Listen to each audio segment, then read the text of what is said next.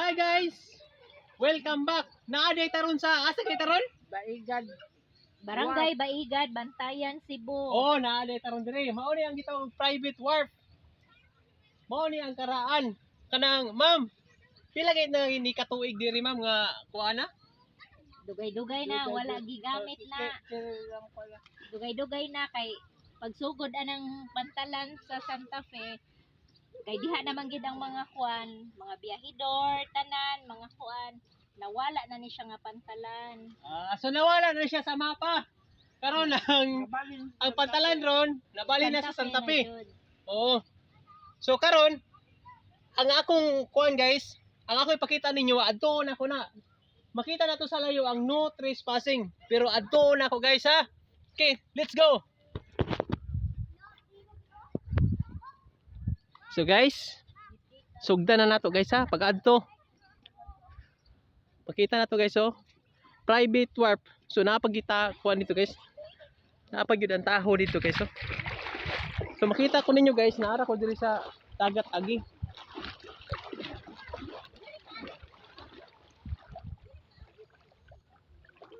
Manlaktaw ra ko, manlaktaw. Oh. Na guys.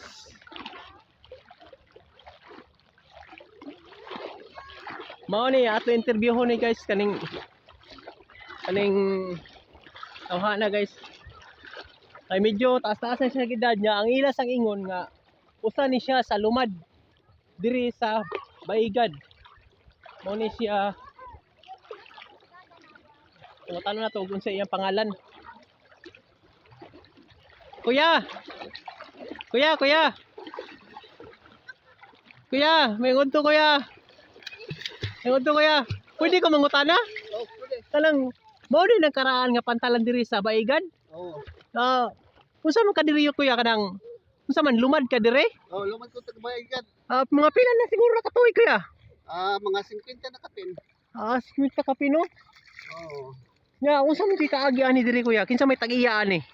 Mga kon na private man siya sa mga iskano man Pero nga naman, unsa man ni nahun na ngano man na siya nga wala naman kayo, wala naman gigamit karon. Wa naman kay nakuan man tong ilang kontrata sa Lapu-Lapu Shipping Lines. Unsa man nga barko ang magdungguan diri kuya?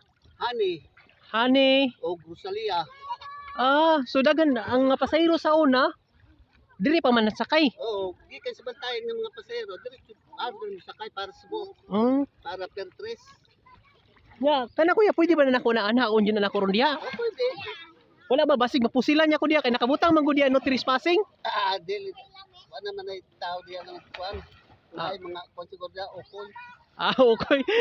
Sige kuya, salamat kaya. So guys, ato na interview si kuya guys. Pasensya na guys ha.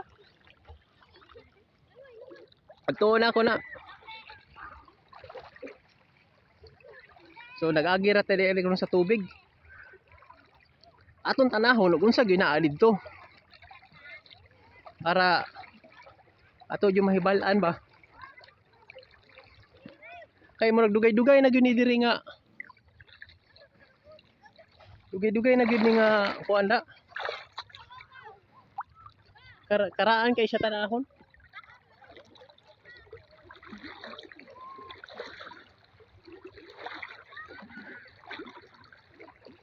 So, diri pa lang daan. Taga diri na ako ang tubig.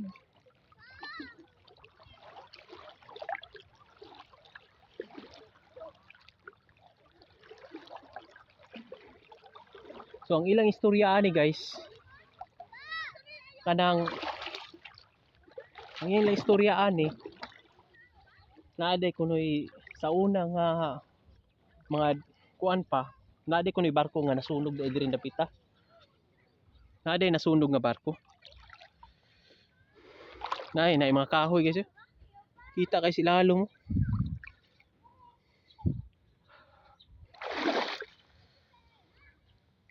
Dito kuan diri mga sama do. Kasi mga kahoy diri subos guys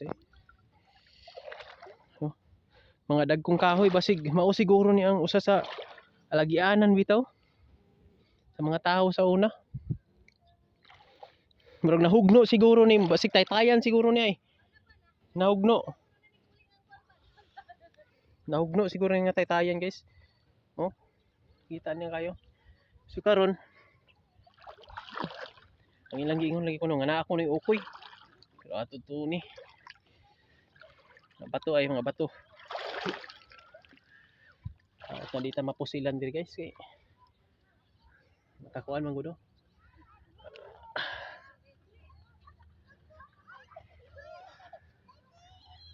Dai. Very risky yun yung atong pag-ari diri ron.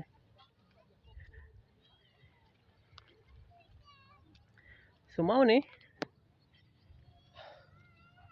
Oh, makita pa lang daan nimo nga ang aligian.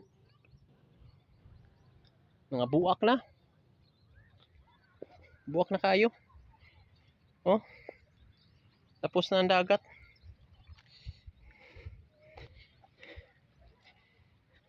Guys, gilakaw rin nato na.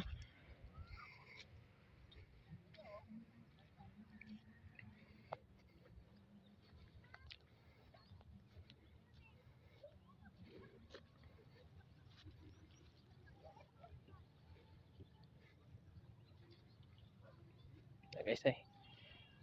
Kulba-kulbaan ko guys kay basig. Naay mo kalit nga, naay mga sharpshooter dire guys ba. Oh. Buak na kayo.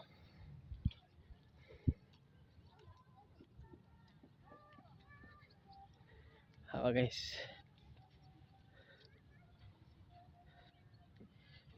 Ito na yung lakahon guys. Hangtod maabot na to ng pantalan yun sa una. Kaya mauman niya akong goal nga makita ninyo. Makita nato. Kung unsa gyud mismo ako apa di ko kaari dire. Pero sa tinuod lang. Nakaligo na ako pero daplin lang gyud wala nang gyud ko kakuan. Og unsa gyud ni dire napita.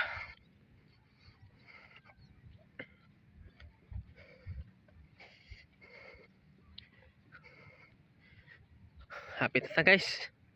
Dol-dol lang kita. So, oh makita pa lang nato daan dire. Murag kani siguro. Kani siguro guys oh.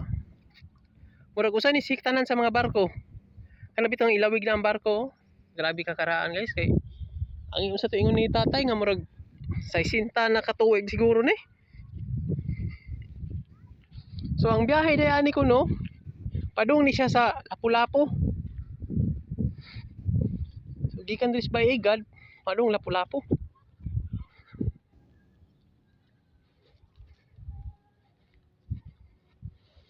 Kulbaan medyo ko guys oy kay basig po silon ko sa tagiya. Wala silon sa tagiya diri ba.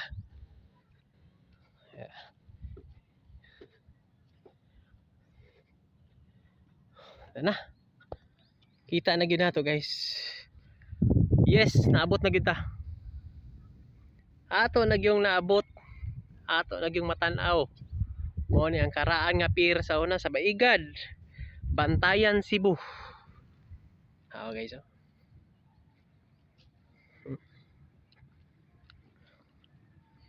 Tinaw kayo siya oh. Ayun, lagan lang sagbot skilid.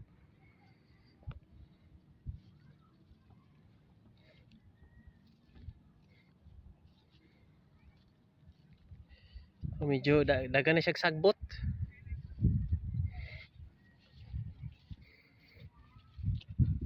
Guys. Kabutang pa diri kisay. Nay. Private property, no trespassing. Oh. Ari unduulon yun nato ni guys para makita gyud nato ang diri napita.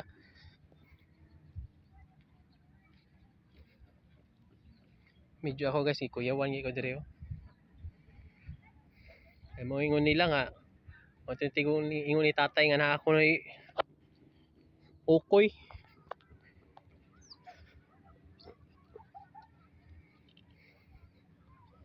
Nara, o ni ang lawiganan ron sa barko. Delikado jud ay kaayo eh. Mismo ako guys. Oh. Uy. Delikado kay guys eh. Ana ta diri. So ito sila dito. So natbot na nato ang finish line guys.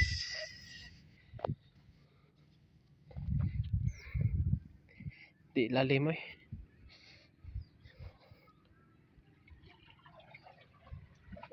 Kuyawan na diyan guys eh. Banda-banda ang tubig ba. Oh.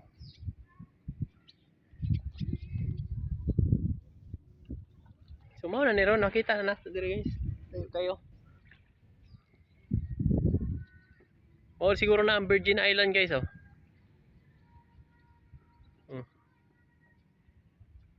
Kaning mga Iscario family guys, usan is pinakadato diri sa Santa Fe, Bantayan, Cebu. Diri sa Paigad. So guys, oh mao ni ang sulod diri guys oh. Daghan na kay bungaw. Daghan na kay mga murag medyo delikado na ang sa ilalom ani. Mao din ning wala na gid pare kay no trespassing gud. Oh.